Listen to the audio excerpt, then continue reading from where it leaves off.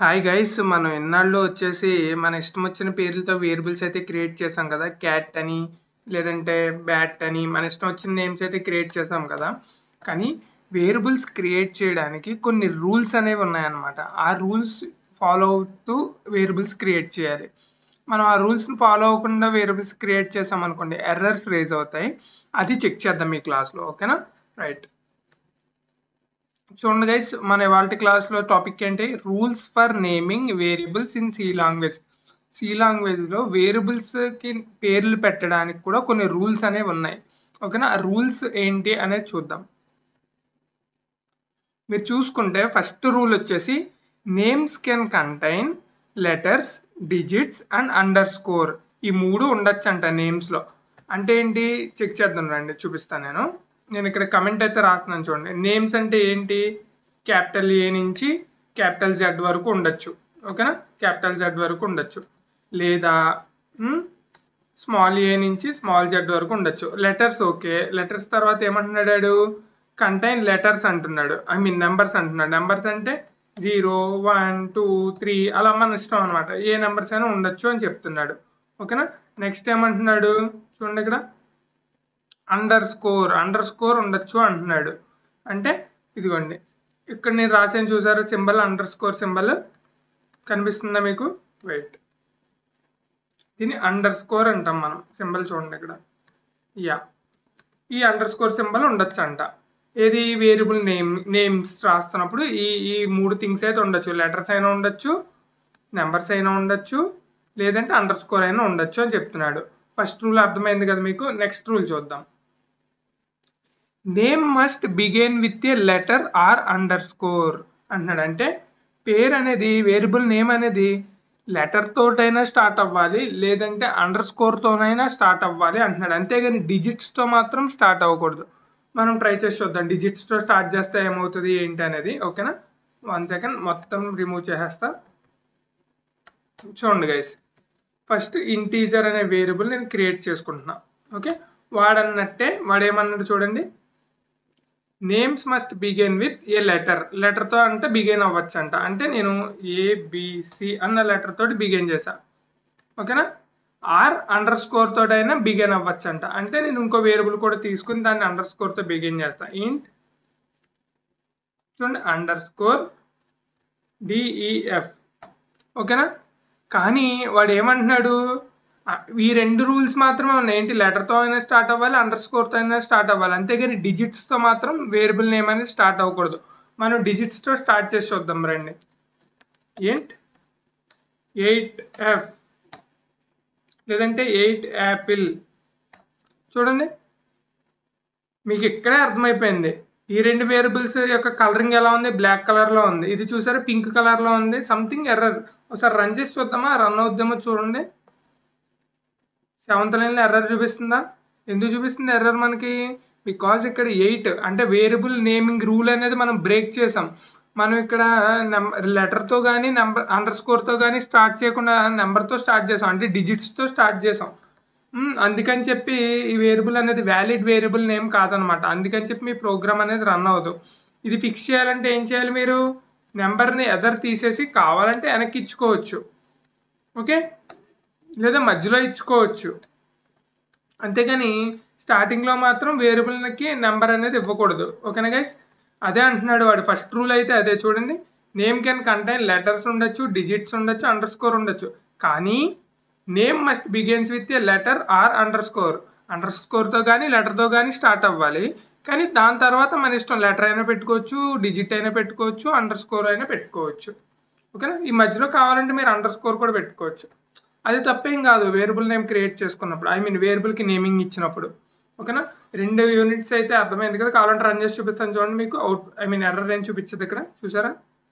Error ఏం లేదు నాకు. అవుట్పుట్ కూడా నేనేం ప్రింట్ చేయలేదు కాబట్టి ఏమీ రాలేదు, right? Okay, next third rule ఏంటి? Names are case sensitive. Myvar are different variables. Case sensitive అంటే ఏంటంటే చెప్తాను చూడండి, ఇక్కడికి రండి. ఇప్పుడు నేను 2 వేరియబుల్స్ అయితే క్రియేట్ చేస్తాను చూడండి. ఇంట్ ఏ అండ్ ఇంట్ క్యాపిటల్ ఏ. ఈ 2 వేరియబుల్స్ డిఫరెంట్. ఎందుకంటే ఇది వచ్చేసి ఏంటి క్యాపిటల్ ఏ, ఇది వచ్చేసి ఏంటి స్మాల్ ఏ. కేస్ సెన్సిటివ్ అనమాట. కేస్ సెన్సిటివ్ అంటే క్యాపిటల్ ఏని డిఫరెంట్గా ట్రీట్ చేస్తుంది, స్మాల్ ఏని డిఫరెంట్ వేరియబుల్లా ట్రీట్ చేస్తుంది మన కంపైలర్. ఇప్పుడు నేను ఏలో 20 పెట్టా, స్మాల్ ఏలో 10 పెట్టాను అనుకోండి, రెండు డిఫరెంట్. ఒకసారి ప్రింట్ చేసి చూపిద్దాం చూడండి. దేని వాల్యూ దానికి ఉంటుంది. ఏ వాల్యూ ఈజ్ ఏదో ఒకటి మనకు నచ్చింది రాయొచ్చు, తెలుసుగా మీకు.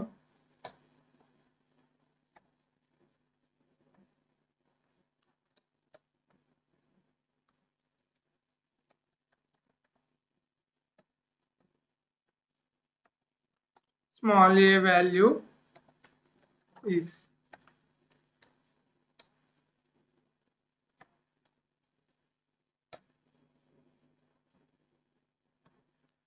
ఓకే.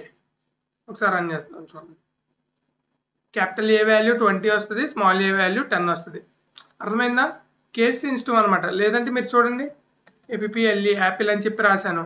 ఈ యాపిల్ వేరు, ఈ యాపిల్ వేరు, రెండు డిఫరెంట్ వేరియబుల్స్.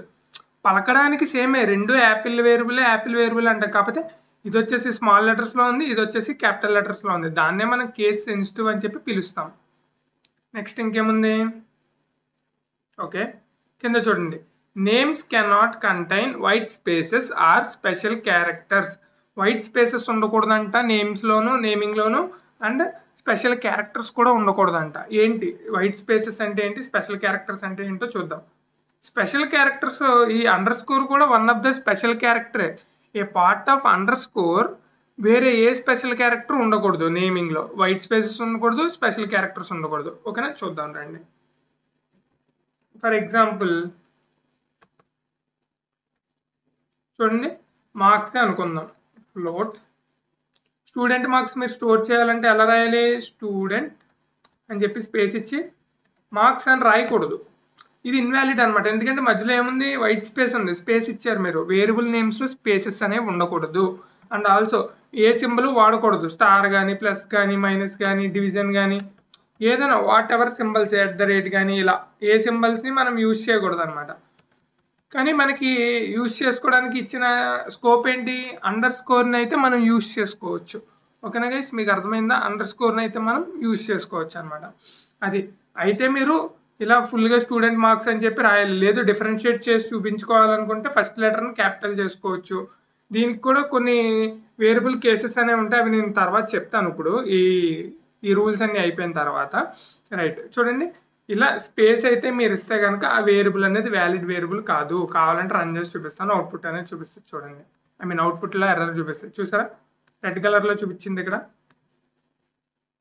చూడండి, ఈ వేరియబుల్ వ్యాలిడ్ వేరియబుల్ కాదు, అందుకే రెడ్ కలర్లో చూపించింది. అవుట్పుట్ అనేది నాకు రాలా. అదే వేరియబుల్ని వ్యాలిడ్ చేయాలంటే ఏం చేయాలి? ఇక్కడ స్పేస్ తీసేసేయాలి. రన్ చేస్తున్నాను, అబ్సల్యూట్లీ రన్ అవుతుంది. ఓకే, ఏదో అండర్ స్కోర్ పెడతా, రన్ అవుతుంది. కానీ ఇక్కడ వేరే ఏ సింబల్ పెట్టకూడదు. చూడండి, ఇది పెట్టా, వేరే సింబల్ ఏదో పెట్టా, రన్ అవుతుంది, ఎర్రర్ చూపిస్తుంది. చూసారా, ఆర్ఎల్స్ పర్సంటేజ్ అని చెప్పి పెట్టా, చూసారా ఎర్రర్ చూపించింది. అదే అంటున్నాడు ఆ రూల్లో వాడు. చూడండి, names cannot contain white spaces or special characters. అర్థమైందా? 4th rule. 5th రూల్ చూడండి, రిజర్వ్డ్ వర్డ్స్ లైక్ కీవర్డ్స్ ఉన్నాయి కదా మనకి సి లాంగ్వేజ్లో. ఇంటీజర్ అని, ఫ్లోట్ అని, మనం నిన్న చూస్తే క్వాలిఫైర్స్ నేర్చుకున్నాం. లాంగ్, షార్ట్, వాలటైల్, CONST, ఇలాంటి కీవర్డ్స్ ఏవైతే సి లాంగ్వేజ్ రిజర్వ్ చేసుకున్న కీవర్డ్స్ ఏవైతే ఉన్నాయో అవి నేమింగ్స్ కింద వాడకూడదు అంటున్నాడు. ఎగ్జాంపుల్ చూద్దాం రండి. ఇక్కడ చూడండి, నేను ఇంటీజర్ వేరియబుల్ ఒకటి తీసుకున్నా, దానికి ఇంట్ అని చెప్పి నేమ్ ఇవ్వకూడదు. అర్థమైందా? లేదంటే ఫ్లోట్ అని చెప్పి వేరియబుల్ నేమ్ తీసుకున్నా, దానికి డబుల్ అని చెప్పి నేమ్ ఇవ్వకూడదు. అర్థమైందా? డబుల్ అని చెప్పి నేమ్ ఇవ్వకూడదు అనమాట. ఇంట్ అని చెప్పి నేమ్ ఇవ్వకూడదు. అది వాడు చెప్తుంది. ఇది వ్యాలిడ్ చేసుకోవాలంటే ఏం చేయాలి? మీకు నచ్చింది. ఓకేనా, ఇదిగోండి ఇలా నేమ్స్ అయితే మార్చుకోవాలన్నమాట. అర్థమైందా గైస్? సో మనం ఇప్పుడు rules for naming of variables అయితే కంప్లీట్ చేసుకున్నాం కదా. అలానే వేరియబుల్స్కి నేమింగ్ చేయడానికి సమ్ కేసెస్ అయితే ఉన్నాయి, నేమింగ్ కన్వెన్షన్స్ అయితే ఉన్నాయి. వాటి గురించి కూడా తెలుసుకుందాం గైస్. చూడండి, వేరియబుల్ నేమింగ్ కన్వెన్షన్ అంటున్నా. అంటే ఇది మ్యాండేటరీ కాదు. ఇందాక రూల్స్ అనేవి మ్యాండేటరీగా ఇవి ఫాలో అవుతూ చేయాలి, లేకపోతే ఎర్రర్స్ రేజ్ అవుతాయి. కానీ నేమింగ్ కన్వెన్షన్స్ అనేవి మ్యాండేటరీ కాదు. బట్ ఈజీగా అందరూ ఒక ఒక స్ట్రక్చర్డ్ వేలో ఒక కన్వెన్షన్ అనేది ఫాలో అవుతూ ఉంటారనమాట. ఆ కన్వెన్షన్స్ ఏంటనేవి నేను పక్కనే లిస్ట్ చేశాను చూడండి. పాస్కల్ కేస్ అని, క్యామెల్ కేస్ అని, స్నేక్ కేస్ అని, అప్పర్ స్నేక్ కేస్ అని, ఇలాంటి నేమింగ్ కన్వెన్షన్స్ అయితే ఉన్నాయి. ఏంటి నేమింగ్ కన్వెన్షన్స్ ఏంటంటే, ఫర్ ఎగ్జాంపుల్ మీరు ఒక కంపెనీలో వర్క్ చేస్తున్నారనుకో, మీరు ఒకలా వేరియబుల్ నేమింగ్ రాయడం, ఇంకొకలా రాయడం, అలా కాకుండా అందరిది ఈవెన్గా అందరూ ఒకేలాగా వేరియబుల్ నేమ్స్ అనేవి రాయడం కోసం ఈ నేమింగ్ కన్వెన్షన్ రూల్స్ అనేవి పెట్టారనమాట. ఓకే, అలానే ఒక్కొక్క వేరియబుల్ కన్వెన్షన్ రూల్ ఎలా ఉంటుంది ఏంటనేది చూద్దాం. ఫస్ట్ పాస్కల్ కేస్ గురించి చూద్దాం. వాడు ఏమంటున్నాడు చూడండి. Every word starts with a capital letter including the first. అంటే ప్రతి వర్డ్ క్యాపిటల్ లెటర్తో స్టార్ట్ అవ్వాలి, ఫస్ట్ లెటర్తో సహా అన్ని వర్డ్స్ క్యాపిటల్ లెటర్తో స్టార్ట్ అవ్వాలి అని చెప్పి చెప్తున్నాడు. ఫర్ ఎగ్జాంపుల్ మీరు స్టూడెంట్ డీటెయిల్స్ అని చెప్పి ఒక వేరియబుల్ క్రియేట్ చేయాలనుకున్నారనుకో, కింద ఎగ్జాంపుల్ చెప్తున్నాను. స్టూడెంట్ డీటెయిల్స్ అని ఒక వేరియబుల్ క్రియేట్ చేయాలనుకుంటే స్టూడెంట్లో ఎస్ అనేది క్యాపిటల్ ఇవ్వాలి, డీటెయిల్స్లో డి అనేది క్యాపిటల్ ఇవ్వాలంట. ఇది పాస్కల్ కేస్. చూడండి, రోల్ నెంబర్ కూడా, రోల్ నెంబర్లో ఆర్ అనేది క్యాపిటల్ ఇవ్వాలి, నెంబర్లో ఎన్ అనేది క్యాపిటల్ ఇవ్వాలి. ఓకేనా, సేమ్ స్టూడెంట్ నేమ్లో కూడా అంతే. ఇదేంటిది పాస్కల్ కేస్. ఓకేనా, మనం పాస్కల్ కేస్ యూజ్ చేసుకుని ఒక వేరియబుల్ అయితే క్రియేట్ చేద్దాం. ఓకేనా, ఎలా క్రియేట్ చేయాలి? ఫర్ ఎగ్జాంపుల్ నేను స్టూడెంట్ మార్క్స్ అని చెప్పి ఒక వేరియబుల్ క్రియేట్ చేయాలనుకున్నా. ఇంట్ ఫస్ట్ లెటర్ క్యాపిటల్ స్టూడెంట్, తర్వాత లెటర్ కూడా క్యాపిటల్ మార్క్స్. సరిపోయిందా? ఇదేనా పాస్కల్ కేస్ యూజ్ చేసుకుని మనం వేరియబుల్ క్రియేట్ చేయడం? అంటే ఈ వేలో రాయడం, ఫస్ట్ లెటర్ క్యాపిటల్ పెట్టాలి, తర్వాత వర్డ్లో కూడా ఫస్ట్ లెటర్ క్యాపిటల్ పెట్టాలి. దీన్ని పాస్కల్ కేస్ అంటాం మనం. చూడండి, పాస్కల్ కేస్. సరిపోయిందా? నెక్స్ట్ కన్వెన్షన్ ఏంటనేది చూద్దాం. నెక్స్ట్ నేమింగ్ కన్వెన్షన్ వచ్చేసి క్యామెల్ కేస్. వాడు ఏమంటున్నాడు, the first word starts with small letter. First word అంటే స్మాల్ లెటర్తో స్టార్ట్ అవ్వాలంట. దాని తర్వాత every word starts with a capital letter. అంటే ఏంటి? ఫస్ట్ చూడండి, క్యాలిక్యులేట్ సమ్ అని ఉంది. క్యాలిక్యులేట్లో ఫస్ట్ స్మాల్ లెటర్ ఇచ్చుకున్నాడు, తర్వాత సమ్లో ఫస్ట్ క్యాపిటల్ లెటర్ అనేది ఇచ్చాడు అనమాట. ఓకేనా, ఇదే ఎగ్జాంపుల్ మనం ఫాలో అప్ చేస్తూ రాద్దాం ఇక్కడ క్యామెల్ కేస్కి. సేమ్ మనం మళ్ళీ స్టూడెంట్ మార్క్స్ అనేది క్రియేట్ చేద్దాం. దాన్ని క్యామెల్ కేస్లో రాస్తాను చూడండి. Student case. చూసారా డిఫరెన్స్? Sorry student marks. ఇది వచ్చేంటి? క్యామెల్ కేస్ ఇది. ఓకేనా, అర్థమైందా గైస్ మీకు? ఇది క్యామెల్ కేస్. ఈ రెండిట్లో డిఫరెన్స్ చూడండి ఒకసారి. ఫస్ట్ లెటర్ క్యాపిటల్ ఉంది, దీంట్లో ఫస్ట్ లెటర్ స్మాల్ ఉందన్నమాట. ఓకేనా, ఇది పాస్కల్ కేసు, ఇది క్యామెల్ కేసు. నెక్స్ట్ ఇంకేం కన్వెన్షన్స్ ఉన్నాయో చూద్దాం రండి. మీరు చూసుకుంటే నెక్స్ట్ కన్వెన్షన్ వచ్చేసి snake case. All words are in lower case. అంటే అన్ని వర్డ్స్ లోయర్ కేసే ఉంటాయి, ఇందులో క్యాపిటల్ లెటర్స్ అనేవి ఉండవు.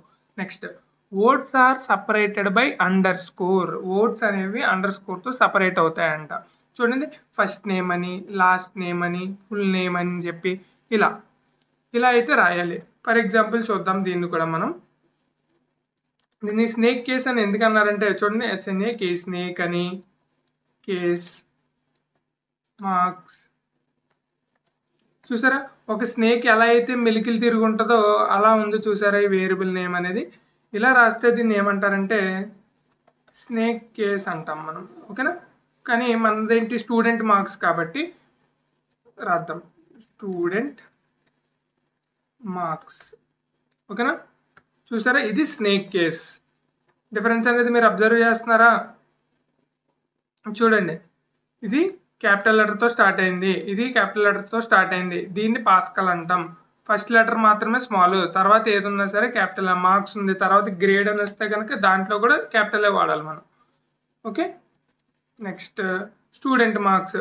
స్టూడెంట్కి మార్క్స్కి మధ్యలో ఒక అండర్ స్కోర్ అనేది యూజ్ చేసుకుంటాం అనమాట, సపరేట్ చేయడానికి రెండు వర్డ్స్ని. ఎందుకంటే మనకి వైట్ స్పేసెస్ ఎలా లేదు కదా, అందుకని చెప్పి. అండ్ స్నేక్ కేసులో అయితే ఇలానే రాస్తాం. అండ్ అన్ని లోవర్ కేస్లో అయితే రాసుంటాయి. నెక్స్ట్ ఇంకేముంది చూడండి, అప్పర్ స్నేక్ కేస్లో అన్ని లోవర్ లెటర్స్ రాస్తాం కదా, ఇందులో అన్ని అప్పర్ లెటర్ రాస్తాం అనమాట. చూడండి, all upper case letters separated by underscore. ఇక్కడ చూడండి ఒకసారి, స్నేక్ కేసులో చూడండి, all words are in lower case కదా, అప్పర్ స్నేక్ కేసులో ఆల్ అప్పర్ కేస్ లెటర్స్, అన్ని అప్పర్ కేస్ లెటర్స్ ఉంటాయి. డిఫరెన్స్ అనేది చూద్దాం. చూడండి కింద ఎగ్జాంపుల్ చూడండి, మ్యాక్స్ సైజ్ ఎలా రాశారు, అన్ని అప్పర్ కేస్ లెటర్స్ రాశారు, మ్యాక్స్ తర్వాత సైజ్ అనేది ఇంకో వర్డ్ కాబట్టి అండర్ స్కోర్ పెట్టుకున్నారు. అలా అనమాట. మన వ్యూలో ఎలా రాస్తామంటే దీన్ని చూడండి, ఇంట్ స్టూడెంట్ అండర్ స్కోర్ మార్క్స్ ఇలా రాస్తాం మనం. ఓకే, అప్పర్ స్నేక్ కేస్ ఇది. ఓకేనా, అర్థమైంది గైస్? డిఫరెన్స్ అనేది ఫైండ్ అవుట్ చేశారా మీరు అన్ని కేసెస్కి? మోస్ట్లీ అప్పర్ స్నేక్ కేస్ అనేది కాన్స్టెంట్స్కి మాత్రమే రాస్తారు.